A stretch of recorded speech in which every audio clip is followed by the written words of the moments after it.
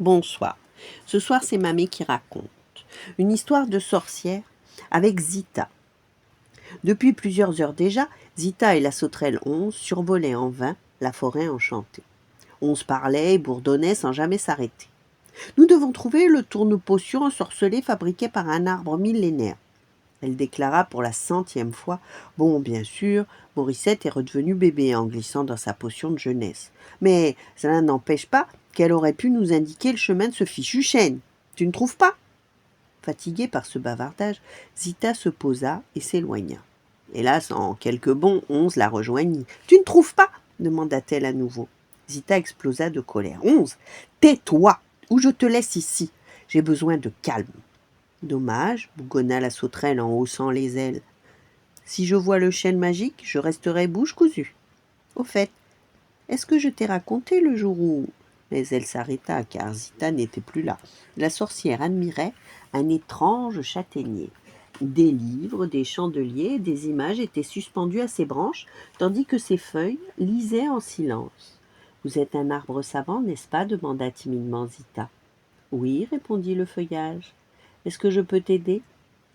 Je cherche le chêne millénaire qui fabrique balais et cuillères. Le châtaignier déploya des branches étonnées. Ton moyen de transport peut t'y emmener si tu le lui demandes, dit-il. Zita s'aperçut alors qu'elle n'avait pas eu l'idée de parler à son balai. Elle remercia l'arbre savant et se retourna. Cependant, celui-ci la rappela. Il semblait inquiet. Mes branches se sont emmêlées. Pourrais-tu les dégager? Zita n'hésita pas. Elle escalada le tronc avec sa souplesse de chat et atteignit la cime du châtaignier. Là, elle découvrit 2 rameaux noués entre eux par un lien d'argent. Assise à califourchon, Zita dégagea et enroula la cordelette. Enfin, l'arbre fut libéré.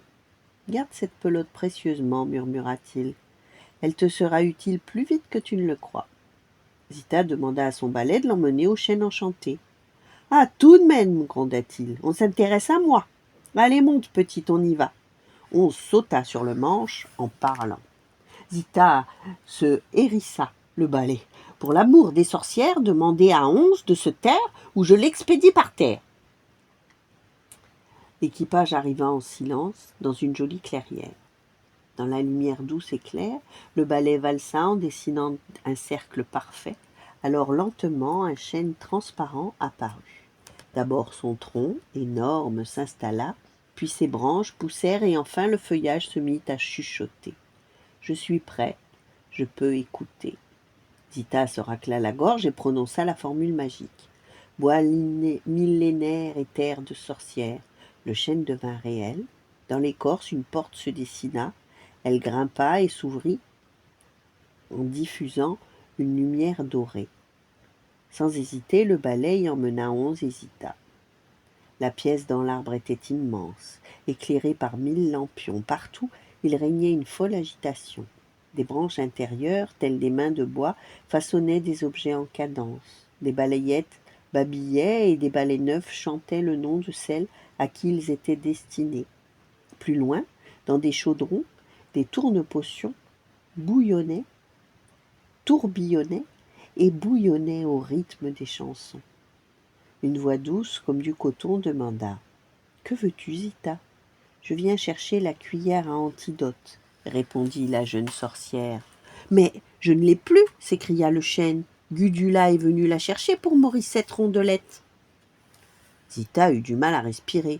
« Gudula est l'ennemi juré de Morissette, souffla-t-elle. « Vite, pouvez-vous me donner une autre tourne-potion ?»« Hélas non, frémit l'arbre magique. Il n'y en a qu'une. » Tout à coup, les branches s'arrêtèrent, les balais tombèrent et les cuillères s'affolèrent. Les lampions ébahis se mirent à clignoter. « Alerte, alerte !» dirent-ils. « L'affreuse Gudula est encore là, on la voit !»« Alerte, on la touche, on la sent !» soufflèrent les brindilles aux doigts. « Sors de là, Gudula !» Zita virevolta aussitôt dans la salle illuminée. « La voilà, dans la réserve de bois !» s'écria 11. Aussitôt démasquée, Gudula apparut. Avec la rapidité du vent, elle conduisit son balai vers la sortie. Et en passant, elle ricana. « La tourne-potion est à moi. Jamais Morissette ne l'aura. » Par la porte restée ouverte, Gudula s'échappa. On l'entendit encore dans la clairière. « La prochaine fois, dis à ta sauterelle de se taire. Dans la forêt, Je n'ai eu aucun mal à vous écouter pour connaître vos secrets.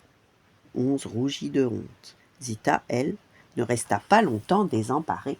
Abracadabra, venez à moi, poursuivons Gudula, s'écria-t-elle. Une foule de balais, de brosses, de balayettes prirent leur envol pour la première fois. Certains suivaient parfaitement, d'autres culbutaient et se relevaient et repartaient gaiement. Cependant, grâce à son expérience, Gudula avait pris de l'avance. Sûre de gagner, elle décida de s'amuser, de se cacher dans un fourré. Bientôt, elle vit passer ses poursuivants et à son tour, elle se lança à leur trousse.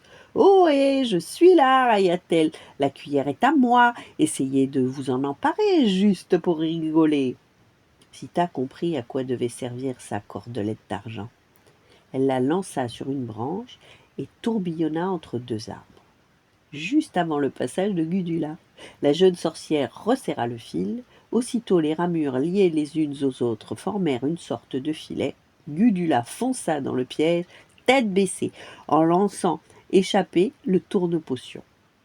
Alors les balais emportèrent la méchante peste loin de la forêt enchantée. Mais Zita et Onze, elles, restèrent. Désespérées, elles cherchèrent en vain la cuillère magique. C'est alors qu'une chouette se posa devant elles. Le chêne millénaire m'envoie vous féliciter. La tourne-potion est en sécurité et se remet de ses émotions.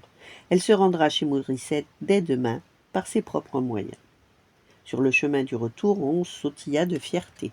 Si Morissette est débarrassée de Gudula, c'est grâce à moi. Et oui, si je n'avais pas bavardé, elle ne serait pas venue ici et toi tu ne l'aurais pas piégée. Voilà. La suite demain avec la magique fiesta, la dernière histoire. Bonne nuit, faites de beaux rêves et à demain.